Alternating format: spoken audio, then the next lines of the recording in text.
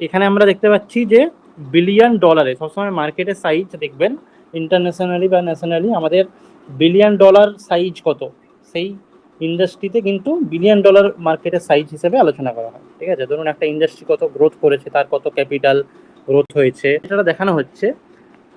এটা কিন্তু exponential graph বলা হয়। এক্সপোনেনশিয়াল মানে কি? মানে আমাদের এই যে গ্রাফটা ক্রমশ বর্ধমান, অর্থাৎ একটা পার্টিকুলার রেটে কিন্তু বাড়ছে না। আমরা স্ট্রেট লাইনের ক্ষেত্রে আমরা জানি যে ইনক্রিজটা কি হয়, একটা পার্টিকুলার রেশিওতে ইনক্রিজ হয়, কিন্তু এখানে যে রেশিওতে ইনক্রিজ হচ্ছে সেটা হচ্ছে কিন্তু একটা লিনিয়ার নয়, অর্থাৎ পার্টিকুলার একটা কনস্ট্যান্ট রেটে কিন্তু বাড়ছে না। সেই জন্য আমরা এটাকে বলি এক্সপোনেনশিয়াল গ্রাফ। এই এক্সপোনেনশিয়াল গ্রাফ কোথায় গিয়ে শেষ হয় না ইনফিনিটি, ই টু দি পাওয়ারের কথা যখন বলবো আমরা, এক্সপোনেনশিয়াল গ্রাফ গিয়ে শেষ হয় ইনফিনিটি গিয়ে। ক্লিয়ার? তো এখানে আমরা 2023 থেকে স্টার্ট করে 2034 সাল অর্থাৎ 10 বছরের একটা দেওয়া হয়েছে, যেখানে কিন্তু প্রায় 1000 বিলিয়ন ডলার ক্রস করবে। এটা কিন্তু প্রায় এস্টিমেটেড ভ্যালু। এটা একটা দেখতে পাচ্ছেন এই যে প্রিসিডেন্স রিসার্চ বলে একটা কোনো ওয়েবসাইট থেকে আমরা ডেটাটা নিয়েছি। তো এই রিসার্চের মোতাবিক আমাদের যে মার্কেটের সাইজটা হওয়া উচিত, তারা এরকম একটা প্রেডিক্টেড ভ্যালু দিয়েছে। প্রেডিক্টেড ভ্যালু মানে কত হতে পারে অ্যাপ্রক্সিমেট, ঠিক আছে, ম্যাথামেটিক্যাল ক্যালকুলেশন অনুযায়ী। রিয়েল টাইমে আমরা দেখব যে এর থেকেও অনেক বেশি হবে ভবিষ্যতে। ঠিক আছে, এটা একটা সাইজের কম্পারিজন করা হলো। এরপরে হচ্ছে আমাদের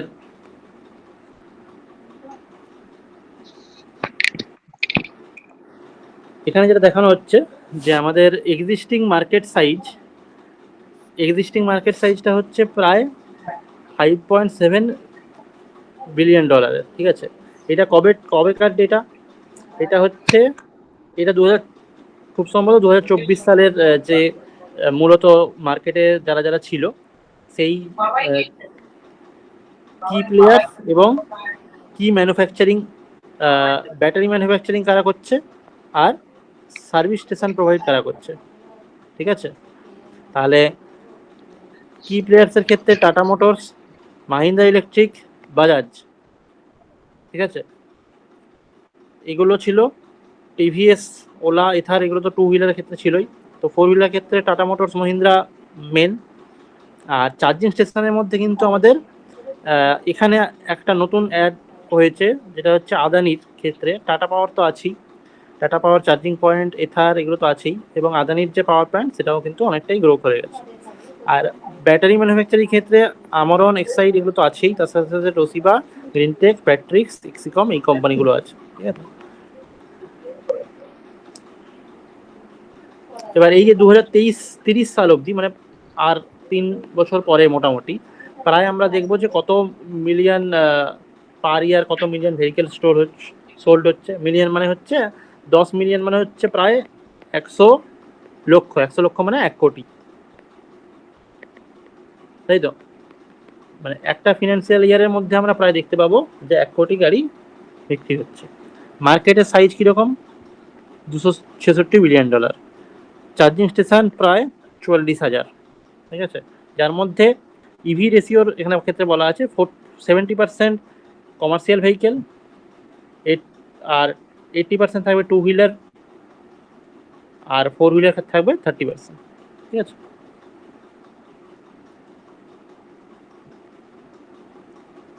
এই অবধি কারো কিছু প্রশ্ন আছে? এটা জাস্ট ওভারভিউ দেওয়া হলো। এরপরে আমরা ডিটেলসে আলোচনা করব যে কোন কোম্পানির ক্ষেত্রে কি কি ভ্যালুয়েশন থাকছে, মানে ওভারঅল কোন কোন মার্কেটে কে কে লিডার আছে। ইন্টারন্যাশনালি আপনারা বলুন, আপনাদের যতদূর আইডিয়া আছে, অনেকেই তো আছেন এখানে, গৌতমবাবু আছেন বা বাকি যারা আছেন, তো ইন্টারন্যাশনালি কোন কোন কোম্পানি সব থেকে বেশি এখন সেল করছে, এটা আপনাদের নিশ্চয়ই জানা আছে। যে সব থেকে ইভি ম্যানুফ্যাকচারিং কোম্পানি যদি আমরা বলি, বা ইভি মার্কেটিং যারা করছে, মানে বর্তমানে ওয়ার্ল্ড ওয়াইড সব থেকে বেশি ইভি প্রোডাকশন এবং ম্যানুফ্যাকচারিং। ঠিক আছে, সেখানে টপে কোন কোন কোম্পানি আছে জানা আছে কারো? টপে তো স্যার চায়না আছে। হ্যাঁ, চায়নার কোন কোম্পানি বলতে হবে? চায়না তো আছেই, কোম্পানির নাম কিছু ওটা জানা মনে আছে? হয় BYD। বিওয়াইডি। আর কিছু নাম আছে? টপে বিওয়াইডি আছে, একদম ঠিক কথা। তারপরে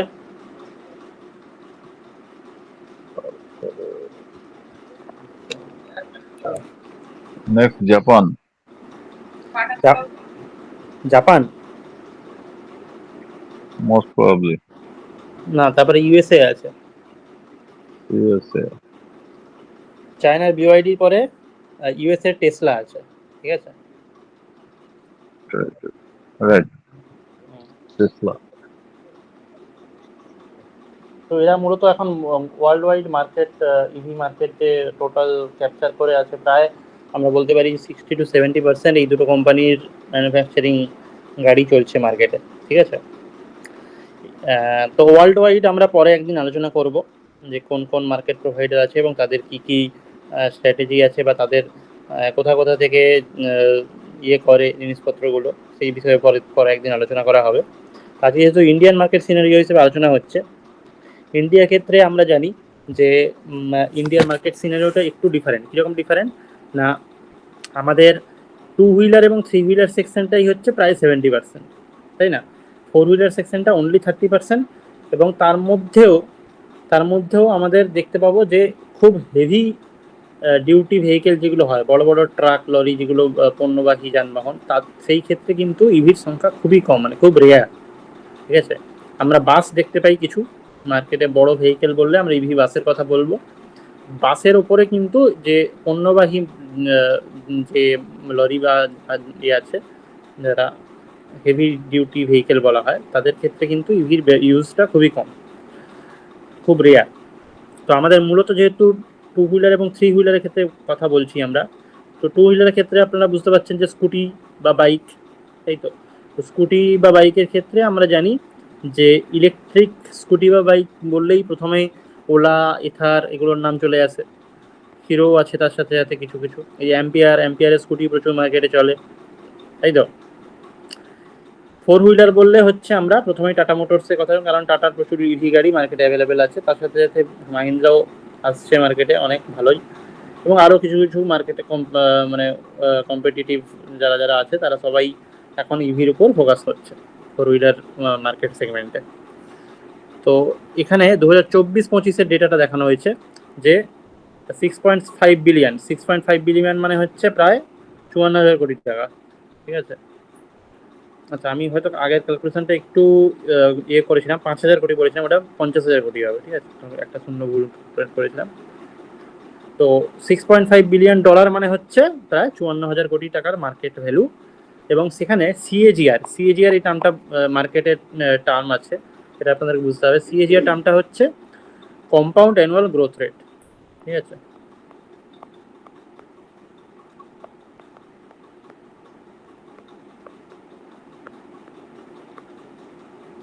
এই টার্মটা কম্পাউন্ড অ্যানুয়াল গ্রোথ রেট মানে কিছুটা হচ্ছে আপনারা ম্যাথামেটিক্সের পড়ার সময় যখন কম্পাউন্ড ইন্টারেস্ট পড়েছিলেন কিছুটা সেরকম, ঠিক আছে। মানে এখানে ধরুন আপনার প্রথম বছরে 2022 সালে যেটা সোল্ড হয়েছে, ধরুন 100টা ইউনিট সোল্ড হয়েছে, তারপরে 2023 সালে আপনার 120 ইউনিট সোল্ড হলো, তাহলে কত পার্সেন্ট ইনক্রিজ হলো? 20%, ঠিক আছে। এটাকে আমরা বলি Y, year on year growth percentage. মানে একটা বছর থেকে তার পরের বছরে যে ইয়ার অন ইয়ার গ্রোথ পার্সেন্টেজটা হচ্ছে, সেইটাকে আমরা বলছি ইয়ার অন ইয়ার গ্রোথ।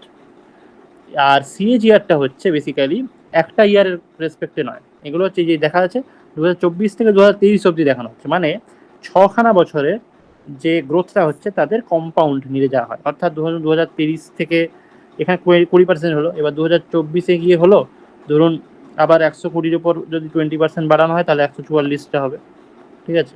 তাহলে এখানে আবার 20% হলো, ঠিক আছে। এরকম করে করে প্রত্যেক বছরের একটা একটা করে ক্যালকুলেশন করা হলো। এবার এই যে পার্সেন্টেজগুলো হলো, ধরুন x1%, x2%, x3%, x4%, এরকম করে 4-5 বছরের পর পর যতগুলো পার্সেন্টেজ হলো তাদের একটা কম্পাউন্ড নেওয়া হচ্ছে, ঠিক আছে। কম্পাউন্ড মানে মাল্টিপ্লাই করে ডিভাইডেড বাই পার্সেন্টেজ করলে যেরকমভাবে ক্যালকুলেট করা হয় এইভাবে। তো ওটাকে আমরা বলছি কম্পাউন্ড অ্যানুয়াল, মানে 2024 থেকে 2030-এর মধ্যে কম্পাউন্ড অ্যানুয়াল গ্রোথটা হচ্ছে আমাদের প্রায় 45% কাছাকাছি। এটা প্রজেক্টেড সিএজিআর মানে 2024 থেকে ক্যালকুলেট করা হচ্ছে যে এরকম একটা পার্সেন্টেজ গ্রোথ হতে পারে। এই এত পার্সেন্ট গ্রোথওয়ালা কোনো সিএজিআর অন্য কোনো ইন্ডাস্ট্রির কাছে কিন্তু নেই। একমাত্র ইভি ইন্ডাস্ট্রি হচ্ছে এমন একটা ইন্ডাস্ট্রি বর্তমান দিনে দাঁড়িয়ে যে এত হিউজ পার্সেন্টেজের গ্রোথ পসিবল রয়েছে। অন্য যে কোনো পার্সেন্টেজ ক্ষেত্রে যাবেন আপনি, স্টিল ইন্ডাস্ট্রি বলুন বা হচ্ছে অন্য যে কোনো ম্যানুফ্যাকচারিং ইন্ডাস্ট্রির কথা বলুন, সেখানে কিন্তু সিএজিআর এর কথা যদি আলোচনা করেন, সেখানে তাদের পার্সেন্টেজের ভ্যালুটা হার্ডলি 20%, 25% এরকম হবে। কারণ প্রত্যেক বছরে ইয়ার অন ইয়ারের যে নাম্বারটা, সেই নাম্বারটা কখনোই ডবল বা ট্রিপল এরকম রেঞ্জে আসবে না। কিন্তু ইভির ক্ষেত্রে কিন্তু সেই রকম একটা নাম্বার পসিবল, সেই জন্য আমরা এরকম একটা নাম্বার দেখতে পাচ্ছি। ঠিক আছে, বোঝা গেল? এরপরে নাম্বার সেখানে কিছু দেওয়া হয়েছে যে 70% ইভি সেল হয়েছে টু হুইলার ক্ষেত্রে 2024 সালে। এখানে আমরা 2026 সালের ডেটাটা যদি সার্চ করেন তাহলে পাবেন ইন্টারনেটে। তো প্রায় 9.5 লাখ ইউনিট সোল্ড হয়েছে। এটা এখন হয়তো 2026 সালের ক্ষেত্রে 2025 সালের লেটেস্ট ডেটা অনুযায়ী প্রায় দেখতে পাবেন যে এটা 16 লাখের কাছাকাছি চলে গেছে, 16 লাখ। ঠিক আছে, এবার থ্রি হুইলারের ক্ষেত্রে দেখা যাচ্ছে যে 5.6 লাখ ইউনিট সোল্ড হয়েছে। এটাও প্রায় 10 লাখের উপর ছাড়িয়ে গেছে। ঠিক আছে, 11 লাখের কাছাকাছি 2025 সালে। ফোর হুইলার ফোর হুইলারের ক্ষেত্রে নাম্বারটা কিন্তু অনেক বেশি ইনক্রিজ করেছে, কারণ 2024 সাল বা তার আগে এত লাখে পৌঁছতে পারেনি। এখন ডেটাটা প্রায় 4 লাখের কাছাকাছি চলে গেছে, 4 লাখ পেরিয়ে গেছে। ঠিক আছে, পার ইয়ার।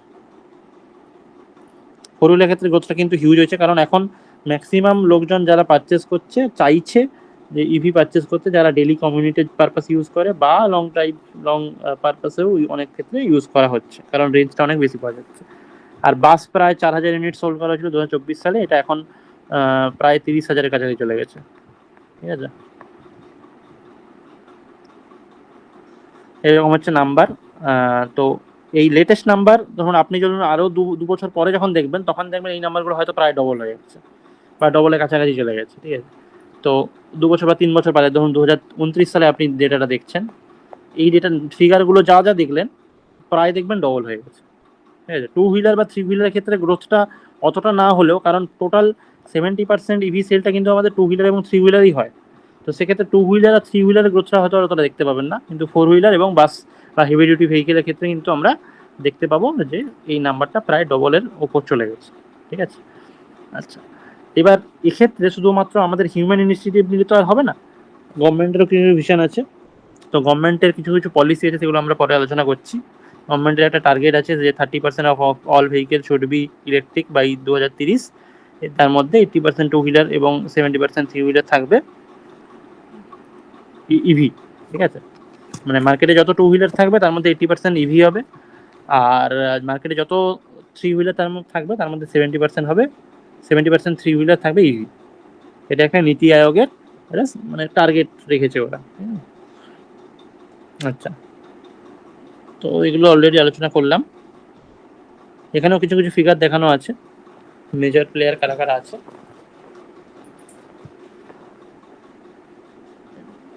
পরবর্তী স্লাইডে মুভ করছি।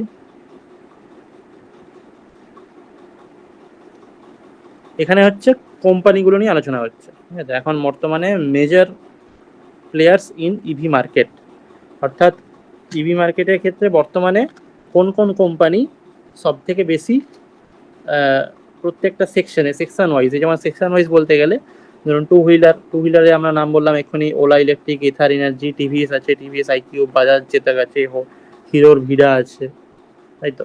ফোর হুইলার ক্ষেত্রে আমরা জানি টাটা মোটরসের নেক্সন ইভি, টিয়াগো ইভি, এগুলো প্রচুর মার্কেটে চলছে। তার সঙ্গে এমজির ক্ষেত্রে জেডএস ইভি, মাহিন্দ্রার ক্ষেত্রে এক্সইউভি, এগুলো আছে। আচ্ছা, তারপরে থ্রি হুইলার এবং কমার্শিয়াল ভেহিকেলের ক্ষেত্রে মাহিন্দ্রা ইলেকট্রিক, পিয়াগিও, এগুলো তো আছে, ইউলার মোটরস, এগুলো আছে। এবার এগুলো গেলো শুধু vehicle related. Battery infrastructure related যদি বলি আমরা, তাহলে এক্সাইড, আমরা রাজা, এগুলো তো আছেই। টাটা পাওয়ার, চার্জিং জোন, লগ9 মেটেরিয়াল, এগুলো হচ্ছে, এই তিনটে হচ্ছে ব্যাটারির ক্ষেত্রে। চার্জিং স্টেশন কোম্পানি, এগুলো লগ9 মেটেরিয়াল, এগুলো হচ্ছে এরা ওই ইভি ইনফ্রাস্ট্রাকচার রিলেটেড, ধরুন কন্ট্রোলার বা হচ্ছে এই যেগুলো আছে সেগুলো সেই মেটেরিয়ালগুলোকে অ্যাসেম্বল করা, এই ধরনের কাজগুলো এই ধরনের কোম্পানিগুলো করে থাকে। ঠিক আছে, এবার কিছু কিছু স্টার্ট আপ কোম্পানি আছে যারা কিন্তু খুব ভালো গ্রো করছে। যেমন এর মধ্যে হচ্ছে ব্লু স্মার্ট কোম্পানির নাম হয়তো অনেকে শুনেছেন, রিভার কোম্পানির নাম অনেকে শুনে থাকতে পারেন, আল্ট্রাভায়োলেটও হয়তো অনেকে শুনেছেন। তো এগুলো হচ্ছে স্টার্ট আপ কোম্পানি, বাট এগুলো খুব ভালো গ্রো করছে। ঠিক আছে, সেই কারণে আমরা এগুলো মেনশন করেছি।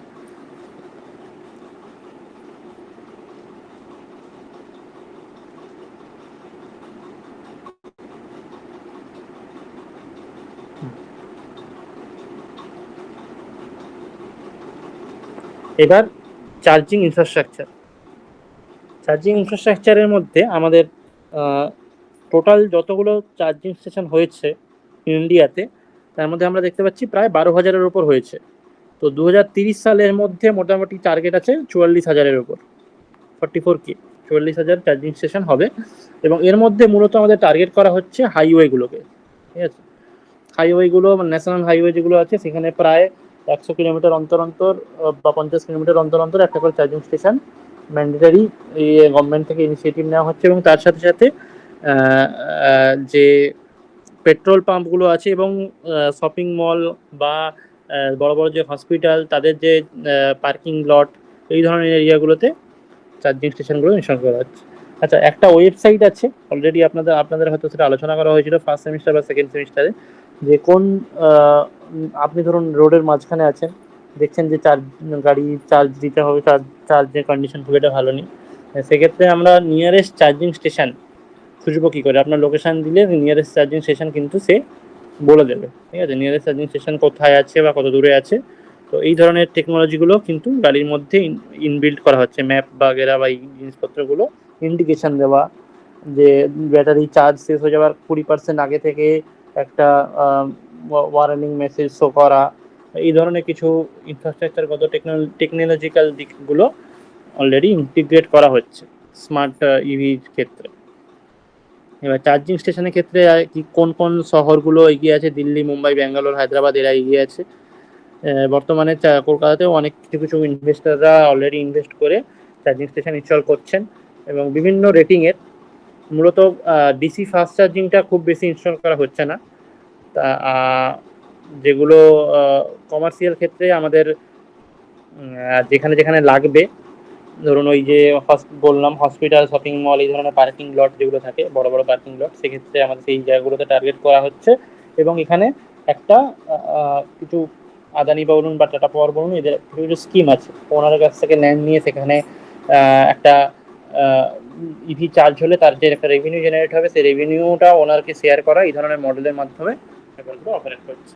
ঠিক আছে, চার্জিং টাইপ কী কী আছে আপনারা সবাই জানেন, যে এসি স্লো চার্জিং যেটা হয় আমাদের 3 আওয়ার্স থেকে স্টার্ট হয়, 8 আওয়ার্স অব্দি টাইম লাগে। 3 আওয়ার্স থেকে জেনারেলি মানে 3 আওয়ার্স বলা হচ্ছে, ধরুন কারোর 40% চার্জ আছে, তো 40% চার্জ থেকে 100% করতে গেলে মোটামুটি 3 আওয়ার্স লাগবে। বাট একদম শেষ হয়ে যাচ্ছে, প্রায় 4%, 5% চার্জ হয়েছে, সেখান থেকে একদম ফুল চার্জ করতে গেলে জেনারেলি 8 আওয়ার্স মতো টাইম লাগে, আমরা জানি 4 হুইলারের ক্ষেত্রে। আর ডিসি ফাস্ট চার্জিং যেটা কিন্তু 30 মিনিট থেকে 1 ঘন্টার মধ্যে ফুল চার্জ করে দেয়। এখন তো অনেকে ভিডিও দেখছেন হয়তো অনলাইনে, যে চায়নাতে এরকম ডিসি ফাস্ট চার্জিং সিস্টেম চলে এসছে যেগুলো 10 মিনিটেই ফুল চার্জ করে দিচ্ছে। মানে একটা আমাদের ফোন, নর্মাল স্মার্টফোন চার্জ হতে যত সময় লাগে তার থেকেও ফাস্ট চার্জ হচ্ছে ইভির ক্ষেত্রে। ঠিক আছে, এবার এখানে কি কি বর্তমানে ইন্ডিয়াতে Tata Power, Easy Charge, Ather Grid, Jio BP Pulse এবং স্ট্যাটিক, এই ধরনের কোম্পানিগুলো আছে, তার সাথে আদানিও আছে। ব্যাটারি সোয়াপিং টেকনোলজিগুলো খুব পপুলার হচ্ছে, কারণ যারা ইমার্জেন্সি থাকবে তাদের ক্ষেত্রে চার্জিং স্টেশনে দাঁড়িয়ে চার্জিং করার মতো সেরকম কোনো টাইম যদি না থাকে ইমার্জেন্সি পারপাসে, সেক্ষেত্রে কিছু কিছু এই কোম্পানিগুলো আছে, বাউন্স ইনফিনিটি, সান মোবিলিটি, জর্গো, এটা হচ্ছে HPCL এর সাথে কাজ করছে। এই ধরনের কোম্পানিগুলো ব্যাটারি সোয়াপিং টেকনোলজিতে কিন্তু অনেক বেশি গ্রো করছে। তবে এটা 2 হুইলার এবং 3 হুইলারের ক্ষেত্রে খুব বেশি পপুলার, 4 হুইলারের ক্ষেত্রে এখন অবধি সেরকমভাবে পপুলার হয়ে উঠতে পারেনি। ঠিক আছে, কারো কিছু প্রশ্ন আছে এতদূর অবধি, যতদূর আলোচনা হলো? স্যার আপনি যে হিসাবটা দিচ্ছেন, হ্যাঁ, এটা তো আপনি ওই রেজিস্ট্রেশন প্রাপ্ত কোম্পানি আছে তার আপনি হিসাবটা দিলেন। বাকি যে ইন্ডিয়াতে হ্যান্ডমেড যেগুলো তৈরি হচ্ছে, এই হ্যাঁ বলুন, তারপর থেকে শুনতে পাচ্ছি না। গৌতম বাবু বলছেন তো? বলছি যে হাওড়াতে বা আমাদের গ্রামীণ অঞ্চলে যে লোকাল মানে ব্র্যান্ডেড গুলো যেগুলো হচ্ছে, সেইগুলো তো হিসাবের বাইরে। সেগুলো সেগুলো হিসাবের বাইরে না, এগুলো পুরো ইন্ডিয়া ওয়াইড যত হচ্ছে চার্জিং স্টেশন সেগুলোর কথাই বলছি। না, কিছু কিছু এখন হ্যান্ডমেড তৈরি হচ্ছে ইভি স্কুটি গুলো। আচ্ছা, হ্যান্ডমেড যেগুলো বলছেন, এই সাইকেলে যে মোটর লাগিয়ে দেওয়া হচ্ছে, ব্যাটারি লাগিয়ে দেওয়া হচ্ছে, এইগুলো সাইকেলের সাইকেল কথা। ইভি স্কুটি তৈরি হচ্ছে, সেগুলো ওই লোকাল ব্র্যান্ডেড যে জিনিসপত্র এনে 30,000 টাকা করে আমাদের গ্রামের অঞ্চলে বিক্রি হচ্ছে, গ্রামীণ অঞ্চলে। আচ্ছা আচ্ছা, হ্যাঁ হ্যাঁ, সেগুলোর নাম্বার এখানে হয়তো শো হচ্ছে না, যেটা ঠিকই বলেছেন। গ্রামের দিকে হচ্ছে যারা কাজ করছে, মিস্ত্রিরা ভালো কাজ শিখে যাচ্ছে, তারা বিভিন্ন পার্টস কিনে নিয়ে এসে অ্যাসেম্বল করে চালিয়ে দিচ্ছে। তো পুরোনো স্কুটি মানে পেট্রোল চালিত স্কুটির উপরই কি করছে এই ধরনের জিনিসপত্রগুলো। আমাদের এখানে তো ওই 30,000 টাকাতে ইভি গাড়ি রেডি হয়ে যাচ্ছে। ওই পুরাতন গাড়িগুলো দিয়েই হয়ে যাচ্ছে। হ্যাঁ, 30-40 হাজার টাকায় পাওয়া যায়, আমি জানি সেটা। আমি নিজে জানি, কিন্তু এখানে ধরুন এগুলোতে আমরা এখানে যে ডেটাগুলো দেখাচ্ছি, ওই 30,000 টাকার যে গাড়ি তার স্পিড কিন্তু উঠবে না, ওইটা লাইসেন্স লাগে না ওই গাড়িগুলো চালাতে। ঠিক আছে, ওইগুলো স্পিড হচ্ছে কত 25 না 30-এর মধ্যে। মানে টোটোরও স্পিড বোধহয় ম্যাক্সিমাম স্পিড 35 না কত। তো তার থেকে কম স্পিডে চলে ওই স্কুটিগুলো। ওইগুলোর ক্ষেত্রে লিথিয়াম ব্যাটারি ইউজ হয় না, মোস্ট প্রবাবলি আমার যতদূর জানা আছে। ওক্ষেত্রে ওই আমাদের লেড অ্যাসিড ব্যাটারি, পুরোনো যে ব্যাটারি, সেই ব্যাটারি ইউজ করা হয়। এবং ওর ক্ষেত্রে মানে খুব বেসিক মেটেরিয়াল ইউজ করা হয়। কন্ট্রোলার বা এই ধরনের যে মেটেরিয়ালগুলো আছে, যাবতীয় ইলেকট্রনিক্স কম্পোনেন্ট, সেগুলো কিন্তু খুব বেসিক, কারণ ওগুলো হাই পাওয়ারে অপারেট করে না। ঠিক আছে, ওগুলো ফাস্ট চার্জিং ফেসিলিটি নেই, বা স্পিড কম, মোটরের ইয়েও খুব মানে পাওয়ার খুব লো। এই কারণে ওই ধরনের মেশিনগুলো চট করে বানিয়ে ফেলা যাচ্ছে, অ্যাসেম্বল করা যাচ্ছে। সেক্ষেত্রে ওইগুলো আমরা অতটা কনসিডার করছি না, কারণ ওগুলো গ্রামের অঞ্চলে তো প্রচুর মানুষজন ইউজ করছে এখন বর্তমান দিনে। ঠিক আছে, তো ওগুলো কমার্শিয়ালি যেহেতু কাউন্ট হচ্ছে না, সেক্ষেত্রে আমরা ওইগুলোকে এখন এখানে কনসিডার করছি না। বুঝতে পারলেন? এখানে একদম কমার্শিয়াল ওয়েতে যতগুলো যেভাবে হচ্ছে সেইগুলো কনসিডার করছি, যেগুলো স্পিড বেশি, মার্কেটে যেগুলো কম্পিটিটিভ মার্কেটে যেগুলো চলছে আর সেইগুলো কথা হচ্ছে।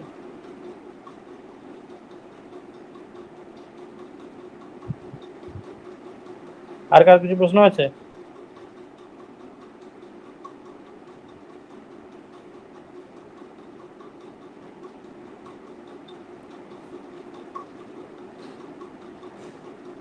এরপরে হচ্ছে আলোচনা করছি তাহলে গভর্নমেন্টের স্কিম। ঠিক আছে, গভর্নমেন্টের স্কিম এখানে আমাদের কয়েকটা নামি স্কিম যেগুলো আমরা শুনেছেন, সেগুলো হচ্ছে ফেম স্কিম হচ্ছে ফাস্টার adoption and manufacturing of hybrid and EV. তো এটা হচ্ছে ফুল ফর্ম অফ ফেম। এবার এই ফেমের হচ্ছে বেসিক্যালি আমাদের সেকেন্ড ইয়েটা চলছে, ফেম 2 নাম দেওয়া হয়েছে এটাকে।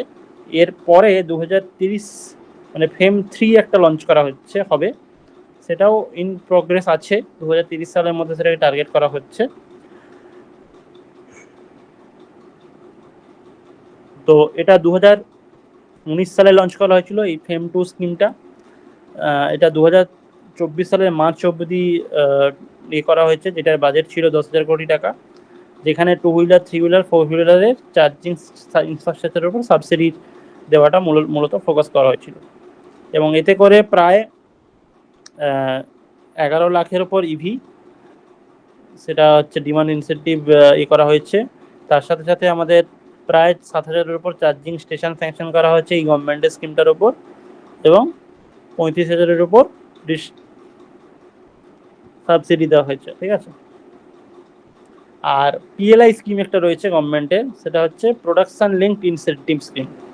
পিএলআই স্কিমটার নাম হচ্ছে প্রোডাকশন লিঙ্কড ইনসেন্টিভ স্কিম।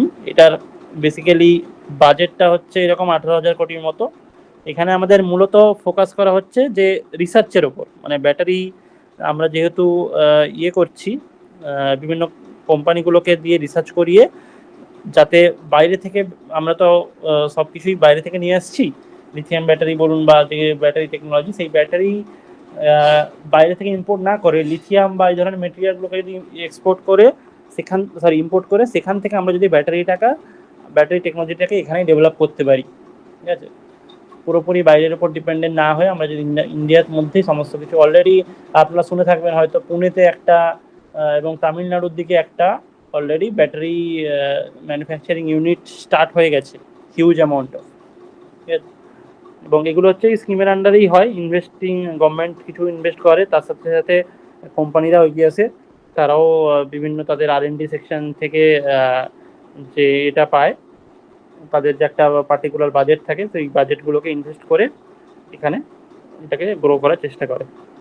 এবং স্টেট লেভেল কিছু পলিসি আছে, যেখানে হচ্ছে দিল্লি এরকম একটা পলিসি নিয়েছিল, রেজিস্ট্রেশন ফিস কিছু লাগবে না, আর টু হুইলার ক্ষেত্রে 30,000 টাকার মধ্যে সাবসিডি, সেটা হচ্ছে অন পারচেস অফ 1.5 টাকার উপর গাড়ি নিলে বোধহয় 30,000 টাকা সাবসিডি এরকম কিছুটা দিচ্ছিল।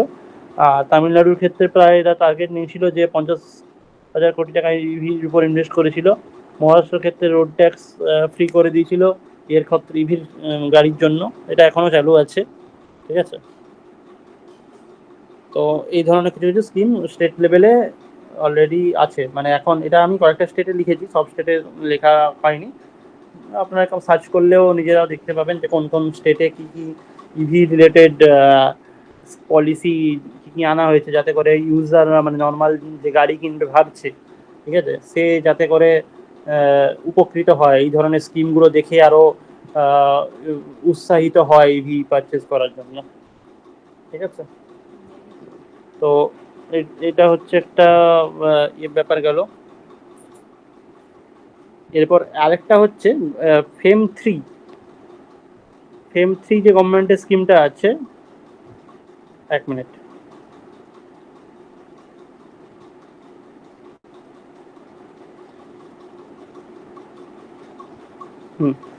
শোনা যাচ্ছে তো? আচ্ছা, তো ফেম 3 যেটা আছে আমাদের, এটা হচ্ছে PME ড্রাইভের স্কিম, এটা অনেকে নাম শুনেছেন হয়তো, PME ড্রাইভ, এটাকে অনেক সময় ফেম 3 আমরা নাম বলে থাকি। এটা হচ্ছে মানে PM মানে প্রধানমন্ত্রী electric drive solution innovative vehicle investment. এবার এখানে আমাদের প্রায় 11,000 কোটি টাকার মতো, প্রায় 10,900 কোটি টাকার মতো ইনভেস্ট করা হয়েছিল। এবার এটাতে আমাদের কি কি মেজর টার্গেট ছিল, মেজর ফোকাস হচ্ছে ইভি স্কুটার, ই রিক্সা, ঠিক আছে, সেগুলো তাদের কনজিউমার অ্যাডপশনটাকে বাড়ানো, অর্থাৎ তারা যাতে উৎসাহিত হয় ইভি পারচেস করার জন্য। এবং তার সাথে সাথে যে ই বাস এবং ই ট্রাক, ঠিক আছে, মানে এই যে টোটাল অ্যামাউন্টটা দেখতে পাচ্ছেন, এর মধ্যে প্রায় 500 কোটি টাকা কিন্তু ই বাস এবং অ্যাম্বুলেন্স পরিষেবা, ঠিক আছে, ই অ্যাম্বুলেন্স এবং ই ট্রাক, এটাতে ইনভেস্ট করা হয়েছে। ক্লিয়ার? এর সাথে সাথে হচ্ছে আমাদের চার্জিং ইনফ্রাস্ট্রাকচারের জন্য কিছু কিছু এজেন্সি আছে, যাদের আলাদা করে ফিনান্সিয়াল ইয়ে দেওয়া হয়েছে।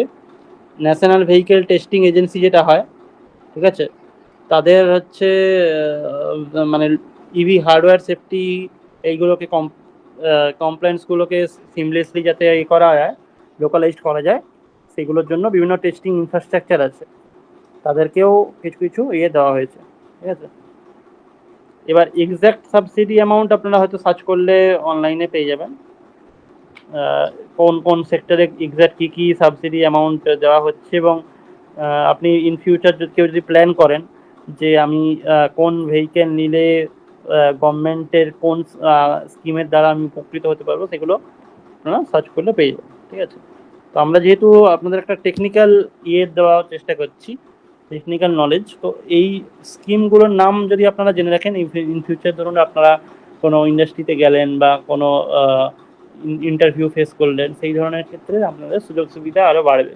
যেহেতু মার্কেট নিয়ে আপনাদের নলেজ থাকছে, কোনো ইভি ইন্ডাস্ট্রিতে ইন্টারভিউ দিতে গেলে বা এক্সপিরিয়েন্স হিসেবে গেলে সেখানে আপনাদের ইন্টারভিউ প্যানেলে যারা থাকবে তারা জিজ্ঞাসা করতে পারে এরকম ধরনের প্রশ্ন, যে ইভির ক্ষেত্রে আমাদের কনজিউমারকে আপনি কিভাবে, ধরুন সেলসের দিকে কেউ গেছেন, তো তাকে কনজিউমারকে কিভাবে বোঝাবেন একটা ইভি গাড়ি সে কেন কিনতে যাবে। তো এই ধরনের কিছু স্কিম থাকলে, এই গভর্নমেন্টের যে স্কিম আছে সেই স্কিমগুলো দিয়ে আপনি যদি বোঝান, তাহলে তারা ইউজাররা, কনজিউমাররা চট করে বুঝতে পারবে, উপকৃত হবে।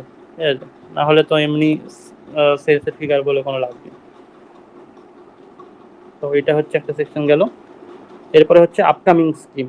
এই যে আপকামিং স্কিম, এটা হচ্ছে এই ফেম 3, এটা হচ্ছে বললাম যে 2025 সালের পরের দিকে লঞ্চ করা হয়েছে।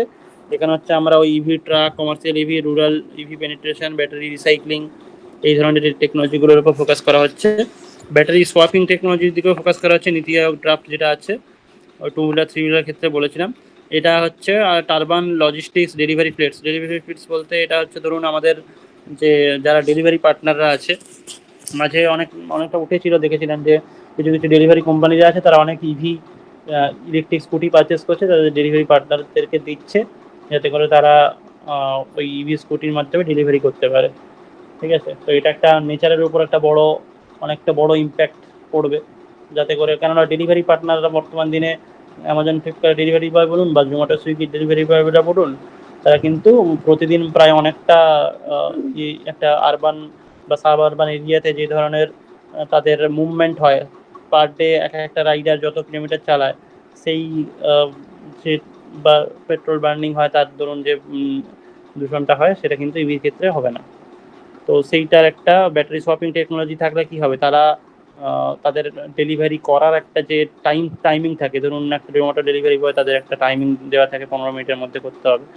কোনো বাই চান্স যদি বিটুইন দ্য ডেলিভারি তাদের যদি ব্যাটারি চার্জ শেষ হয়ে আসে, তারা ছট করে ব্যাটারি সোয়াপ করে, মানে চার্জ শেষ হয়ে যাবে ব্যাটারিটাকে, চার্জ হয়ে থাকা নতুন ব্যাটারির সাথে রিপ্লেস করে তারা ইউজ করতে পারে। আচ্ছা, আর কি কি বেনিফিট ইম্প্যাক্ট হচ্ছে এর দ্বারা না, প্রায় সাবসিডিগুলো দেখানো হচ্ছে 15,000 থেকে 50,000 চিপার হচ্ছে। সেলসের হচ্ছে দেখা যাচ্ছে যে ফেম 2 লঞ্চ করার পর থেকে 2.3 মিলিয়ন ইভি সোল্ড হয়েছে, এবং ইভি ইকোসিস্টেমের দ্বারা প্রায় 80,000 কোটি জব, সরি 1 কোটির উপর জব 2030-এর মধ্যে ক্রিয়েট হবে। মানে এখানে এইটা মার্কেটে দেখানো হচ্ছে যে আমাদের টেকনিশিয়ানের প্রচুর দরকার আছে, ইনভেস্ট প্রপার টেকনিশিয়ান, এবং আরও শুধু টেকনিশিয়ান নয়, তার সাথে সাথে আমাদের যে রিসার্চ অ্যানালিস্ট করুন বা হচ্ছে মার্কেট অ্যানালিস্ট যারা থাকছে, তাদেরও প্রচুর দরকার।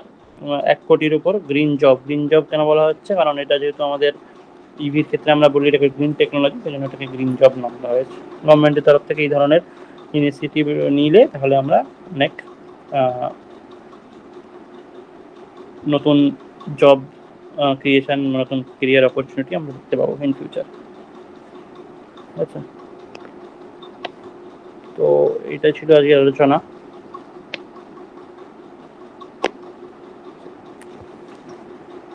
এটা ছাড়াও যদি আপনাদের কারোর কিছু স্কিম জানা থাকে যে গভর্নমেন্টের এই পার্টিকুলার স্টেটে এই হচ্ছে, সেরকম যদি কিছু জানা থাকে, সেগুলো আমরা আলোচনা করতে পারি। কারো কিছু জানা আছে?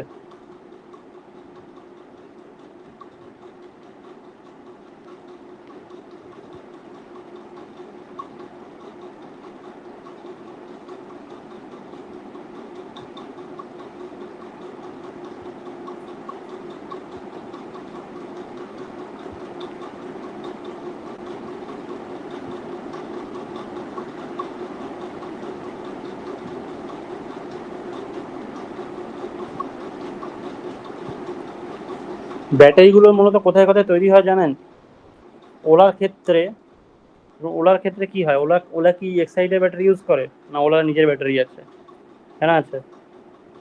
ওলার ক্ষেত্রে ওলা সেল টেকনোলজি যেটা আছে, সেটা জেনারেলি আমাদের তামিলনাড়ুর দিকে আছে, প্রায় 20 গিগাওয়াট আওয়ার এরকম ক্যাপাসিটি আছে, যেটা বর্তমানে আই থিঙ্ক 6 গিগাওয়াট আওয়ার মতো তৈরি হচ্ছে। টাটার ক্ষেত্রে এগারেটাস বলে একটা কোম্পানি আছে, টাটা এগারেটাস, সেটা হচ্ছে প্রায় ওই রকম গুজরাটের দিকে একটা আছে, যেটা 20 গিগাওয়াট আওয়ার মতোই আছে ক্যাপাসিটি। এক্সাইডার আমরা তো অনেক বড় আমরা জানি। এক্সাইডের ক্ষেত্রে আমরা বেঙ্গালোর মানে কর্ণাটকে আছে, ওগুলো একটু টু হুইলার থ্রি হুইলার দিয়ে স্টার্ট হয়, ফোর হুইলার ক্ষেত্রে কিছু কিছু বানাচ্ছে ওরা এক্সাইডের ক্ষেত্রে। আর ওটাও ওইরকম মোটামুটি প্রায় 12 গিগাওয়াট আওয়ার মতো ক্যাপাসিটি আছে, কিন্তু 6 গিগাওয়াট আওয়ার মতো চলছে। আমরাজার ক্ষেত্রেও তাই, ওইরকম 12 বা 16 গিগাওয়াট আওয়ার মতো ক্যাপাসিটি আছে।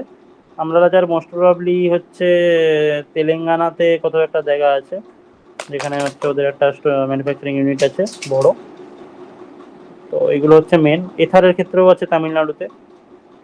তামিলনাড়ু, অন্ধ্রপ্রদেশ বা তেলেঙ্গানা এবং গুজরাট, এইগুলো হচ্ছে মেন। মহারাষ্ট্র, এই জায়গাগুলোতে এই বড় বড় কোম্পানি যারা আছে, আমরা রাজা বলুন, এথার বলুন, ওলা বলুন, এক্সাইড বলুন, টাটা এগ্রেটাস বলুন, এই ধরনের ব্যাটারি ইউনিট কোম্পানিগুলো কিন্তু ওরা অলরেডি ইয়ে করছে।